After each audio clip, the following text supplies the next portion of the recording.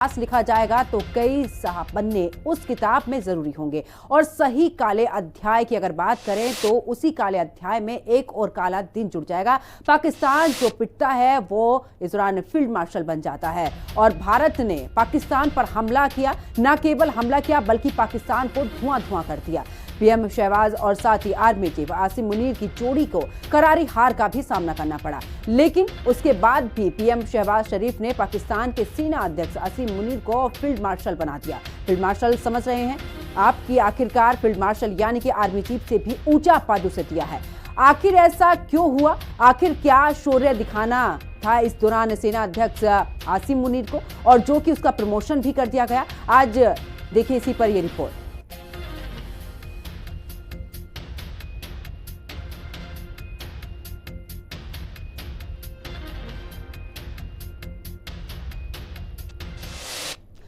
तो देखिए इसी मामले पर डिफेंस एक्सपर्ट पीके सहगल ने क्या कुछ कहा है वो भी हम आपको सुनवाते। ऑपरेशन सिंदूर की सफलता को बताने के लिए और पाकिस्तान को बेनकाब करने के लिए भारत की तरफ से आज से डेलीगेशन जाने की शुरुआत हो रही है। लेकिन उसी बीच पाकिस्तान से एक खबर आई है कि उन्होंने आसिम मुनीर को फील्ड मार्शल के पद पर पदोन्नत कर दिया है। और इस पर ज्यादा बातचीत करने के लिए हमारे साथ रक्षा विशेषज्ञ पीके सहगल मौजूद है। सर, डेलीगेशन जा रहा है, क्या लगता है कि जो मैसेज कन्वे करना चाह रहा है भारत, आतंकवाद को लेकर के जीरो टॉलरेंस हो या तमाम अन्य उनके मोटिव्स हो, एम हो, उसमें सफल हो पाएगा? इसमें किसी प्रकार का कोई शक नहीं कि पाकिस्तान का प्रोपेगेंडा जो है हमसे बहुत ही ज्यादा मजबूत है। पाकिस्तान बहुत बड़े पैमाने पर पैसा खर्च करता है इस माफी के प्रोपेगेंडा को। हिंदुस्तान इस माफी का प्रोपेगेंडा नहीं कर रहा, और कर भी रहा था तो सिर्फ 2-3 देशों में, अमेरिका में और 2-3 और वेस्टर्न कंट्रीज में। बहुत लाजमी था कि आज दुनिया को बताया जाए कि असलियत क्या है, क्योंकि पाकिस्तान और चाइना दोनों ही कह रहे हैं कि हिंदुस्तान के पास किसी प्रकार का कोई सबूत नहीं। जो 7 मई को हिंदुस्तान ने किया, गलत कार्रवाई की है। हिंदुस्तान ने ही एक किस्म से लड़ाई झगड़ा किया है, जबकि पाकिस्तान को बेनकाब कर दिया उनके अपने ही जर्नलिस्ट ने। उन्होंने साफ तौर पर कहा है कि मुल्ला जो था और तला जो था दोनों पाकिस्तान की आर्मी के कमांडोज हैं, और वो कई बारी गए, पहलगाम भी गए, और उन्होंने ये कार्रवाई कराई है। लेकिन पाकिस्तान का तो उल्टा है कि हमारे पास तो हिंदुस्तान ने हमारे ऊपर हमला किया बिना किसी एविडेंस के। चाइना भी कहता है कि एक न्यूट्रल इन्वेस्टिगेशन होनी चाहिए।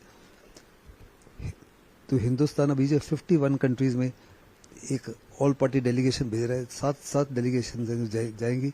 बहुत लाजमी है कि दुनिया को बताया जाए कि असलियत क्या है और टेररिज्म कितना बड़ा खतरा है peace and tranquillity in the subcontinent and peace and tranquillity any in the world, और पाकिस्तान का इसके अंदर क्या रोल रहा है।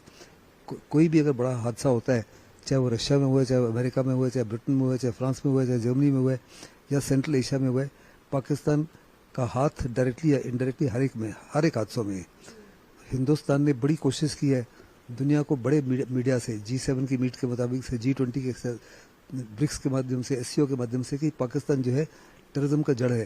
लेकिन उसके बावजूद भी वेस्टर्न नेशन का रवैया जो है दोहरा रहा है, क्योंकि उसकी मुख्य वजह रही है कि पाकिस्तान का प्रोपेगेंडा जो है बहुत ही स्ट्रांग रहा है, हमारा कमजोर रहा है। ये पहली बार ये है इस माफी का इनिशिएटिव लिया गया है। कारगिल के समय भी ऐसा इनिशिएटिव नहीं लिया था, 71 वॉर के बाद नहीं लिया था, 65। तो मेरे मुताबिक it's a masterly step, once again a step of genius as far the foreign affairs ministry is concerned and Prime Minister Modi is concerned. Sir, इसी बीच जो आसिम मुनीर हैं उनको फील्ड मार्शल के लिए पद पर प्रमोट कर दिया गया है, तो ये क्या मैसेज है, और क्या पाकिस्तान में तख्ता पलट होने जैसे कुछ आसार नजर आ रहे हैं? क्योंकि सेना और ज्यादा, आसिम मुनीर और ज्यादा, क्योंकि सेना का ही वर्चस्व होना है। इसके 2 मुख्य कारण हैं। पहली बात है, ये पहली बार है कि पाकिस्तान में किसी सिविल सरकार के माध्यम से फील्ड मार्शल पर किसी को खड़ा किया जाए। इससे पहले 1965 में अयूब खान जो चीफ ऑफ आर्मी स्टाफ भी थे और प्रेसिडेंट भी थे, उन्होंने अपने आप को खुद ही फील्ड मार्शल घोषित कर दिया। ये पहली बार है कि एक सिविल सरकार ने किया, और कैबिनेट के माध्यम से, कैबिनेट के थ्रू। इसके 2 मुख्य कारण हैं। एक तो बहुत बड़े पैमाने पर आसिम मुनीर की बदनामी हो रही थी पाकिस्तान के अंदर। पाकिस्तान के पुराने चीफ्स कह रहे थे कि इसका तबादला करना चाहिए, ये इनएफिशिएंट है एंड इनकेपेबल है, और बड़े पैमाने पर लोगों को, पाकिस्तान की आर्मी को उनके ऊपर से भरोसा हट गया था। तो ये जताने की कोशिश की जा रही है कि जहाँ तक सिविल सरकार कहती है कि इनकी वजह से पाकिस्तान को बहुत बड़ी हिंदुस्तान के खिलाफ जीत हासिल हुई है। दूसरा, लोगों को शक था कि आसिफ मनीर जो हैं अपनी सत्ता को या अपनी कुर्सी को बचाने के लिए शहबाज शरीफ की सरकार को दफा कर सकते हैं। शहबाज शरीफ ने अपनी कुर्सी को बचा लिया है, अपने कैबिनेट को बचा लिया है। इनको ये मान देंगे, इनको ये मान नहीं मिलना था। अभी ये life time field marshal never retires.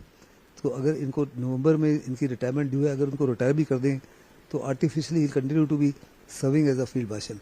बातचीत करने के लिए बहुत शुक्रिया। कैमरामैन दीपक रामपाल के साथ समीक्षा चौधरी, हिंदी खबर, दिल्ली।